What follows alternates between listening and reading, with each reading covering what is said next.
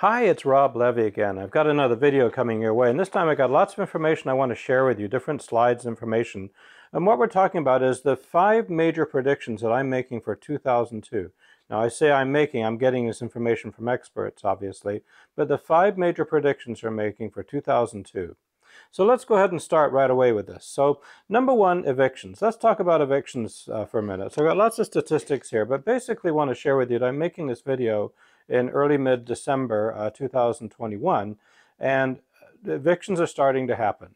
So they're not as many as originally thought, as the way it's starting to look, but it also looks like by the end of the year that'll be cleaned up. Now, it's not a pretty situation. Obviously, there are people in bad situations that simply cannot pay their rent, but there's also a lot of landlords who haven't been receiving rent.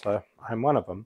So I know that can happen both ways. So without getting into the politics about that, that's not what this video is about. This video is about the 5 predictions for 2022. And one of the predictions that most of the experts are saying is that the evictions should be kind of cleaned up by then. Now, certain states and certain areas, that's not the case. I live in Portland, Oregon. We've got a situation here where they've actually been extended. Tenants don't need to repay until early next year, and so on and so forth. So it may extend a little longer in some states and some communities, but for the most part, it probably will have organized itself by the end of the year. Now, what does that mean? Well, a lot of people that have had non-payers for tenants are selling their houses, and they're selling them to people that aren't renting them again. So what we're going to find is, as we're starting to see a lot, an inventory shortage of rentals, because landlords are fed up with being landlords based on what's kind of gone on and them not getting paid. So we're starting to see that, and that is a concern. And that leads right into number 2 here, and I'm going to put my glasses on to read a couple of these slides. That leads right into number 2, and that's talking about forbearance.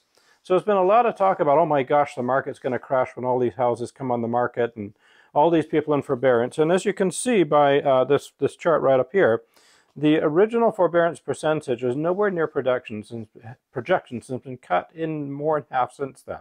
So basically, we started out with people projecting 30% of houses being forbearance, and we're ending up at about 3.5% as of right now. So that's a very small amount.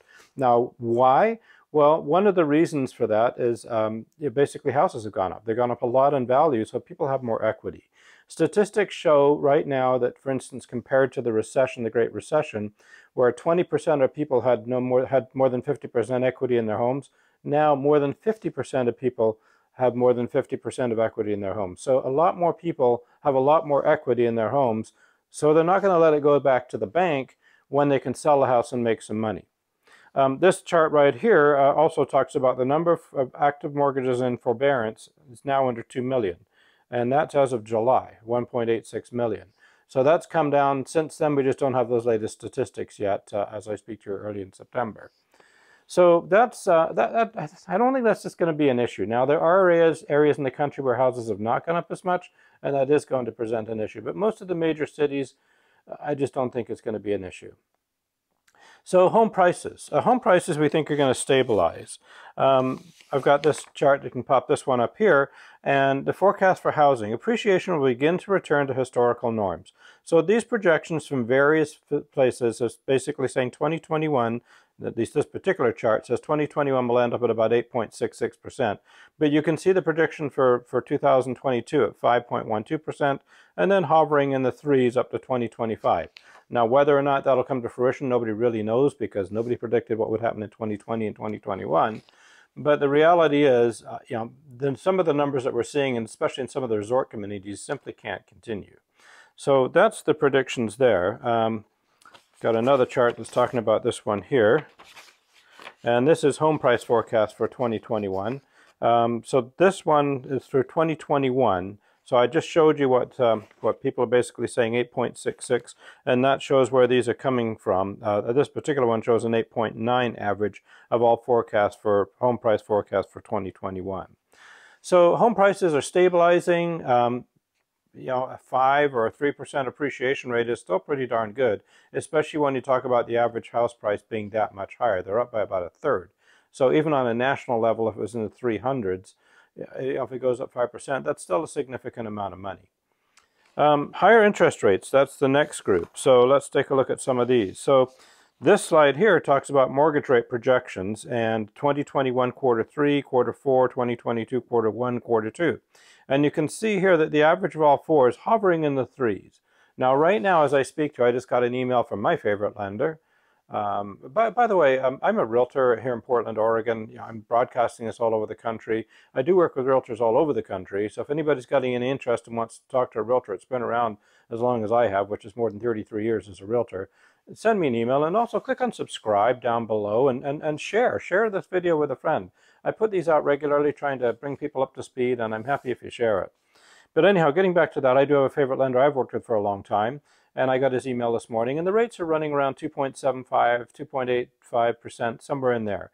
Those are projected, as you can see by this chart that I popped up a minute ago, to be an average in the fourth quarter of this year by 3.3%, and then 3.58% by the end of the second quarter next year. Nobody's really seeing any large projections of interest rates until probably after 2022 is kind of what they're saying. Now, what we do know is you all know that they're going to have to raise rates at some point. Now, how does that affect things? Well, that affects things with this chart, which is really interesting, which talks about the affordability index. And you can see that right now, it's cheaper to buy a house now than it has been at any time in recent history other than one time before, well, two times before, last year and 2010. And that's because the interest rates are so cheap. So yes, house prices have gone up, but interest rates have gone down, and that does make a big difference. So that's a pretty interesting stat there too. So we're looking at higher interest rates. We're looking at home prices stabilizing. The forbearance, we're not really seeing that as a large issue. The evictions we think will be done by the end of 2022. Not sure how that's going to all clean itself out. But one other thing that's changing the market, and I did a full video on this, and that's talking about millennials buying homes. And I've got some pretty interesting information here. This chart right up here talks about the median age of first-time home buyers. And you can see how that's come up from about 29 to about 33. So millennials have been waiting longer to buy homes. We're also seeing them now buy in suburbs closer to their parents because their parents are living longer. Maybe they want the parents to look after the kids sometimes, places like that. So less of a focus on urban centers, more of a focus on suburbs. And then this other chart talks about the same thing, and this is home ownership rate by age group. And you can see that 35 to 44 years old is dominating the home buying right now. 65 years and older is also doing very well. Now what that is mostly older people downsizing. So we're seeing a lot of people selling the bigger homes. So guess who's buying them?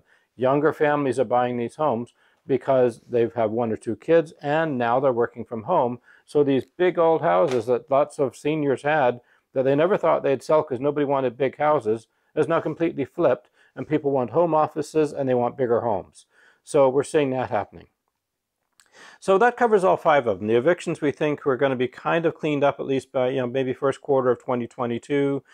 Forbearance just doesn't seem to be an issue because people have too much equity in their homes already. Home prices, they seem to be stabilizing. We've got more inventory coming online. We've got builders building more houses and so on and so forth. So we're seeing projections of the 5s and then in the 3s, which is a good stable place to be.